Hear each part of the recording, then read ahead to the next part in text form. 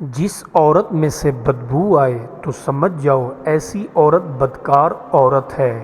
خالی پیٹ بیوی کے پاس جانے سے بندہ جوان رہتا ہے، بھرے پیٹ بیوی کے پاس جانے سے انسان پر بڑھاپا آتا ہے۔ جس بندے کا ناک لمبا ہوتا ہے اس میں اتنی ہی زیادہ طاقت بھری ہوتی ہے۔ جس مرد کا ناک چھوٹا ہوتا ہے اس میں طاقت میں کمی پائی جاتی ہے۔ آلو بخارے نہار منہ کھانے سے دماغ بندر کی طرح تیز ترار ہو جاتا ہے۔ گھر میں ہرن کے پالنے سے گھر میں آفتیں کم ہونا شروع ہو جاتی ہیں۔ بھوری بھینس کا دودھ پینے سے یادداشت میں تیزی آ جاتی ہے۔ سفید رنگ کی گائے گھر میں پالی جائے تو گھر میں دولت آتی ہے۔ گھر میں رزق کو کشادہ کرنا ہے تو گھر میں آلو کی سبزی کو زیادہ بنایا کرو۔ گھر میں لذیذ کھانے سے بنانے سے گھر میں رزق کی کمی اور غربت آتی ہے۔ بدن کے غیر ضروری بالوں کو صاف کرنے سے مرد کبھی بوڑھا نہیں ہوتا ہے۔ لمبے بالوں والی عورتیں جس گھر میں ہوں وہاں کبھی غم اور پریشانی نہیں آتی ہیں۔ جس گھر کے اندر چھپکلیاں زیادہ ہوتی ہیں اس گھر میں تنگی اور دولت کی کمی رہتی ہے۔ مچھلی کھانے کے بعد دودھ پینے سے بدن کی جلد پھٹنا شروع ہو جاتی ہے۔ کھانے کے بعد تھوڑا سا میٹھا چکھ لینے سے بدن زندگی میں ڈھیلا نہیں ہوتا ہے۔ ناخن کھانے سے گھر میں نحوستیں اور بلائیں اور لڑائیاں ہونا شروع ہو جاتی ہیں۔ نہانے کے بعد بدن پر خوشبو لگانے سے مرد میں طاقت کا اضافہ ہوتا ہے۔ رات کے وقت سرما لگانے سے بینائی میں کمی ہونا شروع ہو جاتی ہے۔ کم روشنی میں کتاب پڑھنے سے بندے کی آنکھیں کمزور ہونا شروع ہو جاتی ہیں۔ روٹی کھا کے نہانے سے بدن میں سستی اور کاہلی آنا شروع ہو جاتی ہے۔ خواب میں اپنی شادی دیکھنا اس بات کی علامت ہے کہ تمہاری شادی کبھی نہیں ہوگی۔ خواب میں خود کو دولت مند دیکھنا اس بات کی علامت ہے کہ تم غریب ہونے والے ہو۔ جس گھر میں مکھیاں زیادہ ہوتی ہیں اس گھر کا رزق کبھی تنگ نہیں ہوتا ہے۔ گھر میں شہد کی مکھی چھتا بنا لیں تو سمجھ جاؤ گھر میں غربت آنے والی ہے۔ اے عزیزو، اگر تمہیں جسمانی چوں چوں کی مقدار دیکھنی ہے تو ذرا قطب طبیہ کو پڑھو تو تم کو معلوم ہوگا کتنی علتیں فنا کن ہیں۔ اے دوست، ہماری نیند موت کا بھائی ہے، پس اس بھائی کو اس پر قیاس کرو۔ اگر کوئی اعتراض کرے کہ خواب اس دنیا کی شاخ ہے، اے مقلد، تو اس بات کا اعتبار ہرگز نہ کرنا۔ کوشش اور ہمت کرتا رہے تاکہ اندر کا راستہ پا لے، ورنہ زنجیر کی طرح دروازے سے باہر رہ جائے گا۔ جب تو نے مرشد کا ہاتھ تھام ہی لیا ہے تو نازک دل نہ بن، گارے کی طرح سست اور بکھرنے والا نہ بن۔ ایک خیال جو تیرے دل میں آتا ہے اس سے 100 جہان فوراً اوندھے ہو جاتے ہیں۔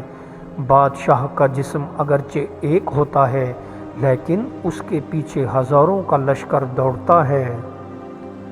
اے بندے، تو بھی آخر مومن ہے، مجاہدہ اور ریاضت کی صف معرکہ میں داخل ہو جا، کیونکہ تیرے لیے آسمان پر ترقی و مدارج کی محفل منعقد ہو چکی ہے۔ اگر بیمار طبیب کا دشمن ہو جائے، اگر بچہ استاد سے عداوت کرے، در حقیقت وہ خود اپنی جان کے دشمن ہیں، اپنی عقل اور جان کا راستہ خود کاٹتے ہیں۔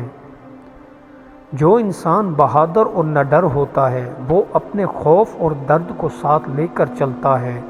خوف سے کمزور روح بھی اپنے اندر مردہ ہو جاتی ہے۔ افسوس ہے اس زندہ پر جو مردے کا ہم نشیں ہوا، مردہ ہو گیا اور زندگی اس سے نکل بھاگی۔ جب تو سچے قرآن کی پناہ میں آ گیا، انبیاء کی روح سے گھل مل گیا۔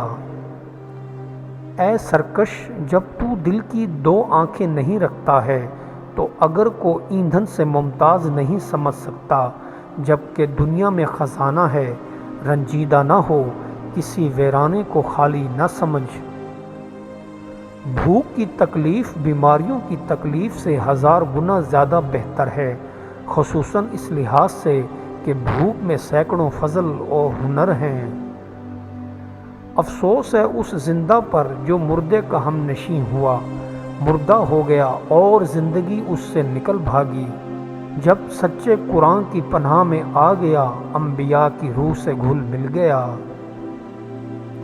پیچھے مڑ کر مت دیکھو، کوئی نہیں جانتا کہ دنیا کیسے شروع ہوئی۔ مستقبل کے بارے میں نہ ڈرو، کچھ بھی باقی رہنے والا نہیں ہے۔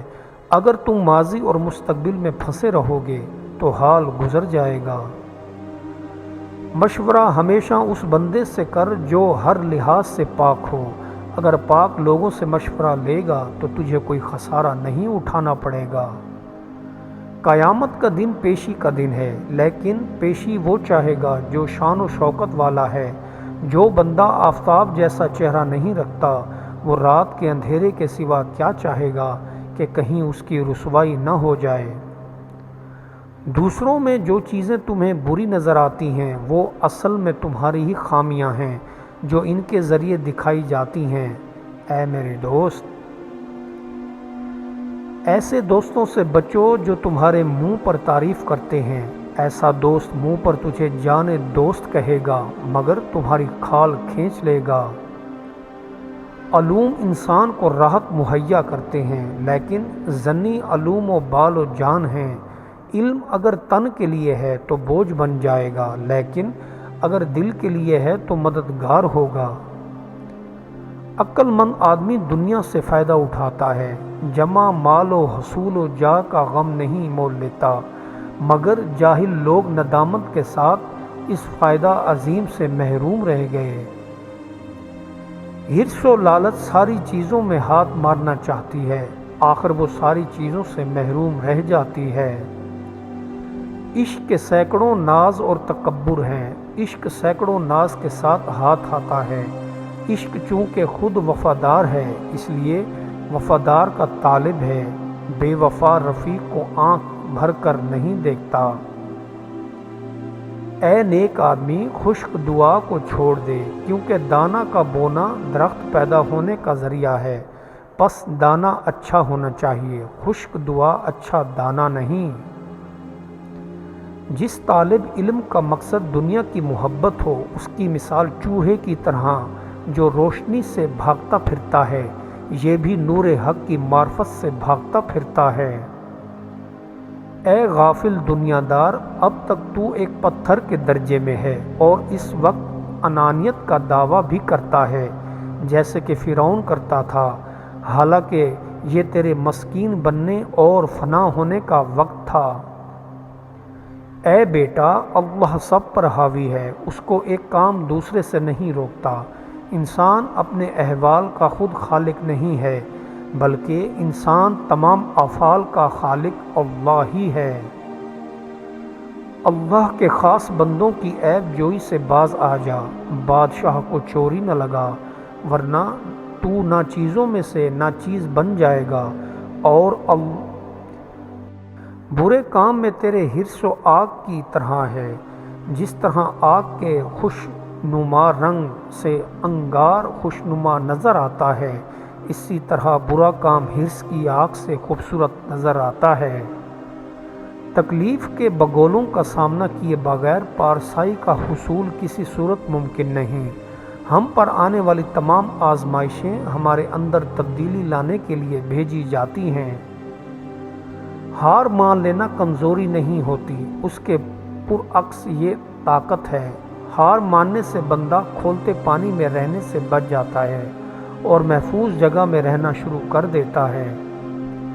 عقل اگرچہ ہر راستے کے بارے میں بخوبی جانتی ہے، لیکن وہ راہ عشق کے بارے میں کچھ بھی نہیں جانتی۔ عشق کے معاملات دیکھ کر حیران ہوتی رہتی ہے۔ سچا عاشق کبھی بھی جد و جہد سے خالی نہیں ہوتا، وہ خدا کے نور کے گرد بے چین اور مسلسل گھومتے رہتا ہے، اور خدا بھی ایک ایک کر کے پردے اٹھاتا جاتا ہے۔ یہ تمہارا راستہ ہے اور اکیلے تمہارا ہی ہے، تمہارے اس پر تمہارے ساتھ تو چل سکتے ہیں، لیکن کوئی بھی اس پر تمہاری جگہ نہیں چل سکتا۔ ان لوگوں کو نظر انداز کر دو جو تمہیں ڈراتے ہوں اور اداس و نا امید کرتے ہوں، جو تمہیں بیماریوں اور موت کی طرف لے جاتے ہوں۔ اگر جنگل سونے اور نگ سے بھر جائے، اللہ تعالیٰ کی مرضی کے بغیر ایک جو نہیں لیا جا سکتا۔ اگر تو 100 کتابیں بغیر وقفہ کے پڑھ جائے، تقدیر کے بغیر تجھے ایک نقطہ یاد نہ رہے گا۔ جب تو کوئی محرم دیکھے، جان کا راز کہے، پھول دیکھے تو بلبلوں کی طرح نعرہ لگا دے۔ جب تو کوئی مشق، مکر اور مجاز سے پر دیکھے تو ہونٹ بند کر لے اور اپنے آپ کو مٹکا بنا لے۔ دولت بیوی کے پیچھے آتی ہے، بیوی کو اٹھا کر اپنے کندھے پر بٹھاؤ، دولت سے مالا مال ہو جاؤ گے۔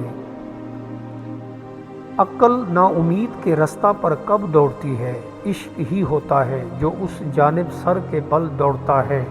بے پرواہ عشق ہوتا ہے، نہ کہ عقل۔ عقل وہ تلاش کرتی ہے جس سے نفع اٹھائے۔ بھوک کی برداشت میں بے شمار انعام و اکرام من جانب اللہ مخفی ہیں۔ اگر تو نے اس کو برداشت کر لیا اور اس بھوک میں اس کی رضا و خوشنودی کی تلاش جاری رکھی اور اس کی رحمت کا امیدوار رہا، تو یقیناً تو نے اپنے دامن کو مراد سے بھر لیا اور اپنی حیات کو مقصد کو پا لیا۔